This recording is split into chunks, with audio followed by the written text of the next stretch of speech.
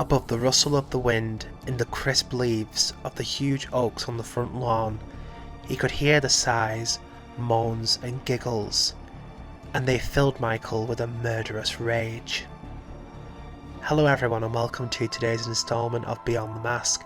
In this episode we're going to be discussing a pivotal moment in the Halloween franchise, a moment that defined the whole franchise and of course the beginning of the Halloween story in its entirety. I'm of course talking about the moment a 6-year-old Michael Myers murdered his sister Judith. We're going to be taking a look at the official novelization for the 1978 movie, which gives a large insight into Michael's thoughts at the time this happened. It also provides us with information on the final words spoken by Michael before he completely stopped communication altogether. So sit back, relax and let's dive straight in. Michael Myers killing his sister in 1963 was a huge event for the residents of Haddonfield. The case opened a lot of questions that weren't even answered by the time of Michael's death in 2022. The reason for the speculation and means to find a grasp of reality from the situation lies mainly with the age of Michael at the time. He was 6 years old. What would possibly make a 6-year-old decide to kill their sister? Was it the parents' fault? Was it too much TV? The harsh truth behind this situation is not simple to explain, but the novelization does a great job of adding some much needed context to the situation. From a very young age, Michael Myers was plagued with vivid nightmares that often took him on murderous journeys where he would witness or commit acts of murder. He continued to hear voices that would insist and pressure him to commit the acts. His family were aware of this, and his mother became spooked by Michael's ramblings about his night terrors and discussed with his father about potentially getting Michael some psychiatric help. The idea wasn't pursued, and Michael's nightmares became a reality on October 31st in 1963. 1963. Judith Myers awaited her boyfriend arriving at her home on Lambkin Lane. She specifically planned on having sex with him on Halloween night as her parents weren't in and Michael was trick-or-treating. A scene that didn't appear in the movie was featured in the novel, which added a new level of eeriness to Michael's state of mind. As Judith prepared for Danny, she was interrupted by trick-or-treaters. "Trick or treat," the kid said as she opened the door. "Oh yeah," Judith teased. "And what if I don't give you any treat?" The children stood silent, puzzled. No one had ever denied them. They just assumed you filled their bags with goodies. "Huh? What are you gonna do if I don't give you anything?" The kids remained silent, until one broke that silence. "We're gonna kill you," said Michael Myers, dressed in a clown costume. Startled, Judith requested to know who had said that.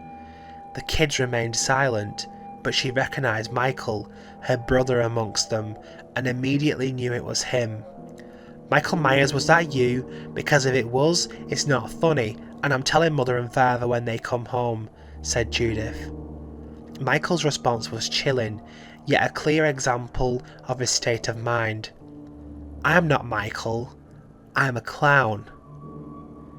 This would be the final sentence spoken by Michael. His statement that he was no longer Michael but simply a clown were his own way of disconnecting from reality. Hidden behind a persona, hidden behind a mask, he was able to kill with ease, knowing that at that moment he felt disguised to the point that Michael himself was gone and that he was, very simply put, a clown. The kids were given treats and Judith returned to prepare for Danny's arrival. Unaware, Michael lingered outside, watching, waiting. It seemed Judith's playful response to the kids had unnerved Michael, and as Danny arrived, he and Judith shared a kiss. Michael watched on. Now above the rustle of the wind, in the crisp leaves of the huge oaks on the front lawn, he could hear the sighs, the moans, and giggles, and they filled him with a murderous rage. The voice had become subdued for a moment as he listened to Danny and Judith, not really understanding the significance of their utterances, except that it had to do with love. Why did Michael feel such rage towards his sister? It was the voice. The voice in his head stirred up the hatred.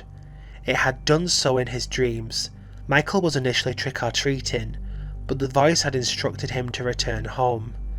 Michael felt this voice was commanding him even at a young age of 6.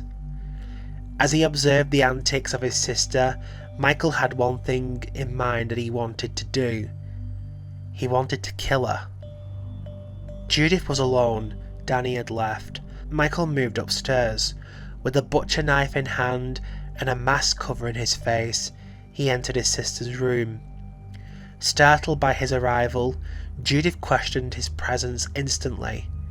He proceeded to stab her. Michael stabbed her again, and again, and again. He stabbed her 50 times, exultation sweeping over him like no joy he had ever felt. Once Judith had died, Michael didn't recognise her anymore, stating it was now impossible for him to recognise the piece of hacked flesh that was now his sister.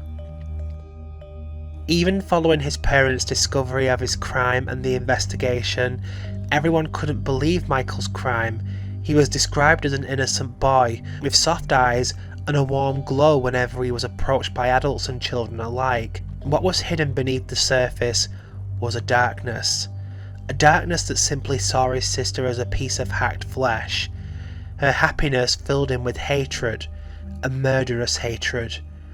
As he delivered his final blows, it was described he'd never felt any kind of joy or rush like it.